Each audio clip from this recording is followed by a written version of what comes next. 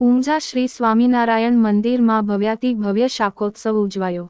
ઊંઝા શ્રી સ્વામિનારાયણ નૂતન મંદિર બ્રાહ્મણ શેરીના પૂજનીય ઉત્સાહી સ્થાનિક સંતો શાસ્ત્રી સ્વામી શ્રી અનુપમદાસજી તથા શાસ્ત્રી સ્વામી સુગેશદાસજીની પ્રેરણાથી મંદિરના સત્સંગી હરિભક્તોના સહકારથી ભવ્યાતિ ભવ્ય શાકોત્સવનું આયોજન કરવામાં આવ્યું હતું। 200 કિલો રીંગણનું શાક, 1500 નંગ બાજરીના રોટલા, 400 કિલો શીરો, 1300 મી વધુ હરિભક્તોએ શાકોત્સવનો લાભ લીધો હતો। શ્રી સ્વામિનારાયણ ભગવાને સ્વહસ્તે સૌ પ્રથમ લોયા ગામમાં 225 વર્ષ પહેલા શરૂઆત કરી હતી।